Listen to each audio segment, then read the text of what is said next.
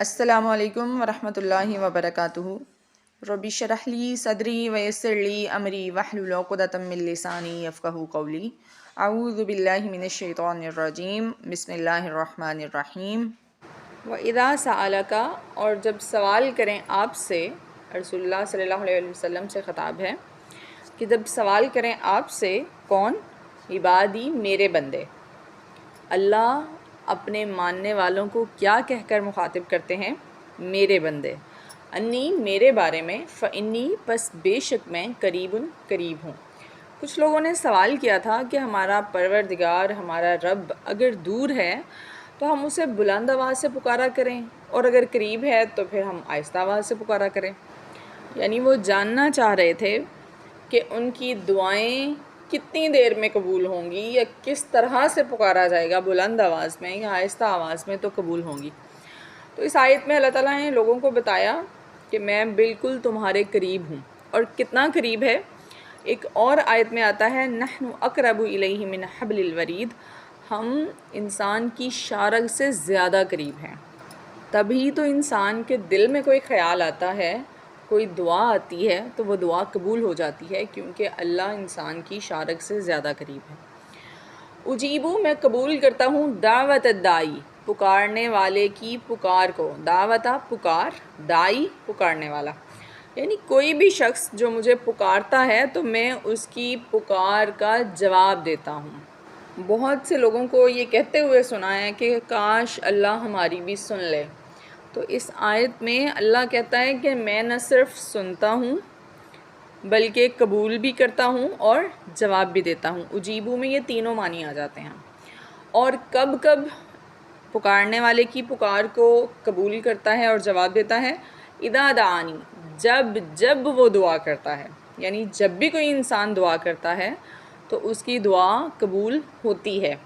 اس کی دعا کے قبول ہونے کی صورتیں مختلف ہو سکتی ہیں، لیکن یہ نہیں ہے کہ اس کی دعا قبول نہیں ہوتی۔ ہو سکتا ہے کہ جو دعا کر رہا ہے وہ اسی وقت اس کو دے دی جائے، یا کچھ عرصے بعد دے دی جائے، یا پھر ہو سکتا ہے کہ وہ اس کی اس دنیا کی زندگی کے لیے بہتر نہ ہو تو اسے آخرت میں ذخیرہ کر دیا جائے، اس کے نامہ اعمال میں لکھ دیا جائے۔ لیکن ایسا کوئی چکر نہیں ہے کہ انسان اللہ کو پکارے اور اللہ اس کی سنے نہ، یا قبول نہ کرے، یا جواب نہ دے۔ اسی طرح کچھ لوگ کہتے ہیں کہ ہم تو گنہگار ہیں تو اللہ گنہگاروں کی دعا نہیں سنتا یا قبول نہیں کرتا، لہٰذا ہم کسی بزرگ یا کسی بڑے کا واسطہ دیتے ہیں، ان کو درمیان میں ڈالتے ہیں، تو پھر اللہ تعالیٰ تک ہم اپنی بات پہنچاتے ہیں۔ تو اللہ تعالیٰ نے اس آیت میں اس چیز کی مکمل نفی کر دی ہے کہ میں ہر بندے کے اتنا قریب ہوں کہ میں اس کی دعا کو سن بھی لیتا ہوں، قبول بھی کر لیتا ہوں اور جواب بھی دیتا ہوں۔ فَلْيَسْتَجِیبُوا لِی، بس انہیں چاہیے کہ میرا حکم مانیں، میری بات کو قبول کریں۔ وَلْيُؤْمِنُوا بِی، اور چاہیے کہ مجھ پر ایمان لائیں، مجھ پر یقین رکھیں۔ لَعَلَّهُمْ، تاکہ وہ یرشدون، ہدایت پائیں۔ یوں سمجھیے کہ اللہ تعالیٰ کہتے ہیں کہ میں تو قبول کرتا ہوں تو تم بھی تو میرے احکامات کو قبول کرو، اور جو بات میں کہتا ہوں، جو حکم میں دیتا ہوں، اس پر یقین رکھو، اس پر ایمان لاؤ۔ اگر تم ایسا کرو گے تو کیا ہوگا؟ اس کا اللہ تعالیٰ کو تو کوئی فائدہ نہیں ہے، فائدہ کس کو ہے؟ مومنوں کو۔ لعلہم یرشدون، تاکہ وہ ہدایت پا جائیں، تاکہ ان کی عبادتوں کی، ان کے روزمرہ کے کاموں کی اصلاح ہو جائے، ان کے ہر کام میں اللہ تعالیٰ کی مدد اور نصرت شامل ہو جائے۔ احل لکم، حلال کر دی گئی، لکم تمہارے لیے، لیلۃ الصیامی، رمضان کی راتیں، روزوں کی راتیں، الرفث، رغبت کرنا، الی نسائکم، اپنی عورتوں کی طرف۔ شروع میں رمضان کی راتوں میں مباشرت کے متعلق کوئی واضح حکم نہیں تھا۔ کچھ صحابہ اسے ناجائز سمجھتے تھے اور کچھ مکروہ سمجھتے تھے، لیکن بہرحال انسانی فطرت ہے اور بعض صحابہ اس کام سے باز نہیں رہ سکے، تو پھر یہ آسانی دی گئی کہ رمضان کی راتیں مسلمانوں کے لیے حلال کر دی گئی۔ دن میں تو روزہ رکھنا ہے، لیکن رات میں مباشرت کرنا جائز قرار دیا گیا۔ ہنہ لباس لکم، وہ لباس ہیں تمہارا، ہنہ سے مراد وہ عورتیں یعنی بیویاں، ہنہ لباس لکم وہ لباس ہیں تمہارا، وانتم لباس لہن اور تم لباس ہو ان کے لیے۔ کیا معنی ہے؟ جس طرح لباس اور جسم کے درمیان کوئی اور چیز حائل نہیں ہوتی، اسی طرح میاں بیوی کا آپس میں تعلق ہوتا ہے، ان دونوں کے درمیان بھی کوئی چیز حائل نہیں ہوتی۔ اور اس کا دوسرا مطلب یہ ہو سکتا ہے کہ تم دونوں ایک دوسرے کو کے رازدار ہو۔ لباس انسان کے عیب چھپاتا ہے، انسان کی عزت بڑھاتا ہے، انسان کی پردہ پوشی کرتا ہے، تو میاں بیوی بھی ایک دوسرے کے لیے رازدان ہیں، ایک دوسرے کے لیے پردہ پوشی کرنے والے ہیں اور ایک دوسرے کی عزت بنانے والے ہیں۔ علیم اللہ، معلوم ہے اللہ کو، انکم یہ کہ تم، کنتم تختانون تھے تم خیانت کرتے، انفسکم اپنے نفسوں میں، یعنی گو کہ صحابہ اس چیز کو ناجائز سمجھتے تھے، لیکن پھر بھی کچھ لوگوں نے چوری چوری چپکے چپکے یہ کام کر لیا، اپنے نفس کے ساتھ خیانت کر لی، برا سمجھتے ہوئے پھر بھی یہ فعل کر لیا، تو اللہ تعالیٰ نے پھر آسانی دے دی اور کہا فتاب علیکم، بس مہربانی کی تم پر، وعفا عنکم اور معاف کیا تم سے، یعنی یہ تمہارا جو قصور تھا اس کو معاف کر دیا۔ فالآن پس اب باشروہن مباشرت کرو ان سے، وابتغوا اور تلاش کرو ما کتب اللہ جو لکھ دیا اللہ نے لکم تمہارے لیے، یعنی شادی کا ایک مقصد یہ بھی ہے کہ اولاد کے حصول کے لیے کوشش کی جائے، تو اللہ تعالیٰ نے آپ کی تقدیر میں جتنی اولاد لکھی ہے اس مباشرت کے ذریعے اس کو بھی حاصل کرنے کی کوشش کی جائے، نیت یہ رکھی جائے کہ اللہ تعالیٰ صالح اولاد عطا کرے۔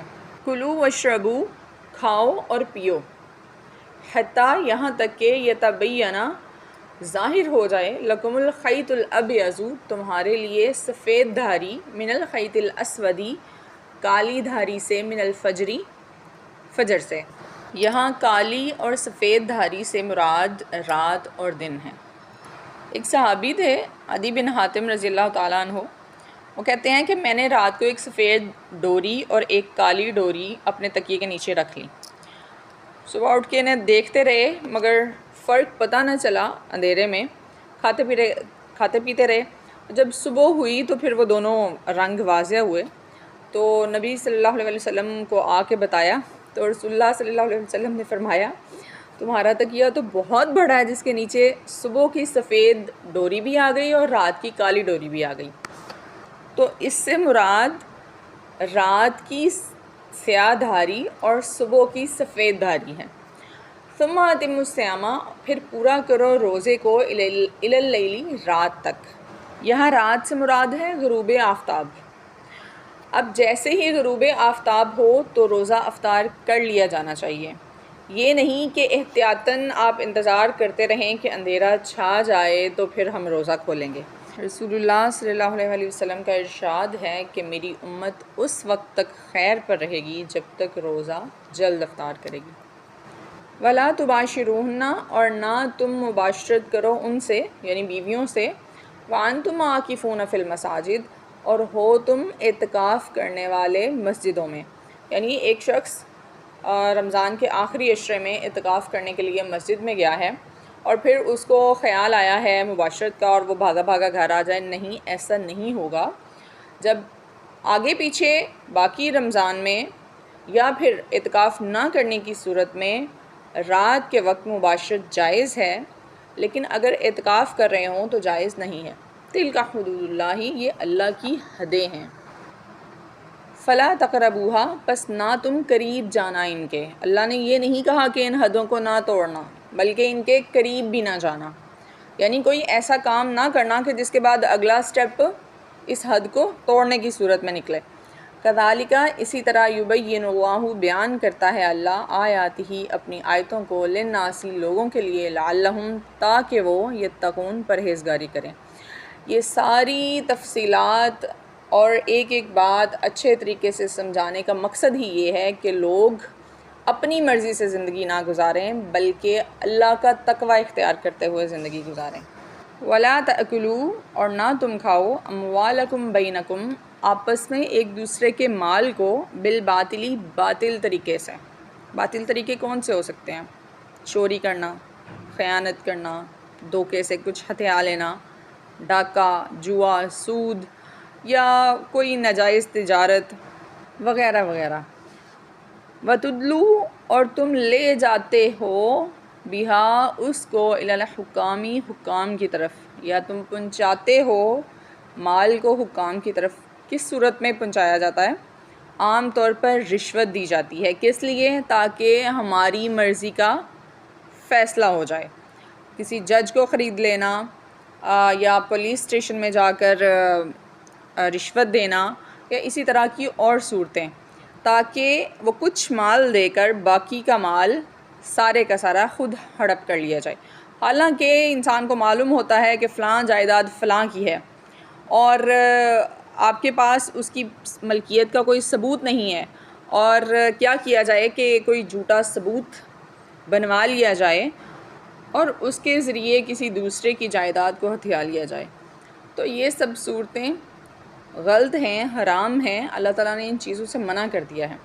اور ہم یہ رشوت وغیرہ کیوں دیتے ہیں؟ لتأکلوا تاکہ تم کھاؤ، فریقاً ایک حصہ، من اموال الناس لوگوں کے مالوں سے.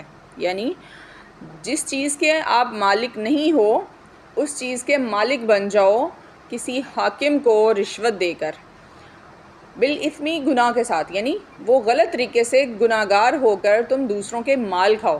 وانتم تعلمون اور ہو تم جانتے. ایک حدیث میں آتا ہے کہ رسول اللہ صلی اللہ علیہ وسلم نے فرمایا، میں ایک انسان ہی ہوں، تم میرے پاس جھگڑے لے کر آتے ہو سکتا ہے تم میں سے ایک دوسرے کی نسبت اپنی دلیل، اپنی بات کو بہتر طریقے سے پیش کر سکتا ہو، اور میں جو کچھ سنوں پھر میں اس کے مطابق فیصلہ کر دوں. یعنی کچھ لوگ ہوتے ہیں نا، زیادہ چرب زبان ہوتے ہیں، اپنی بات کو زیادہ بہتر طریقے سے پیش کر لیتے ہیں، بھلے وہ جھوٹے ہی ہوں. تو رسول اللہ صلی اللہ علیہ وسلم نے فرمایا، اگر میں کسی کو اس کے بھائی کے حق میں سے کچھ دینے کا فیصلہ کر دوں تو اسے چاہیے کہ نہ لے. یعنی یہ ہو سکتا ہے کہ میں کسی کی چرب زبانی سے متاثر ہو کر غلط آدمی کے حق میں فیصلہ کر دوں، تو پھر اس بندے کو خود چاہیے کہ وہ یہ نہ لے، کیونکہ میں اسے آگ کا ٹکڑا دے رہا ہوں. وآخر دعوانا ان الحمد للہ رب العالمین.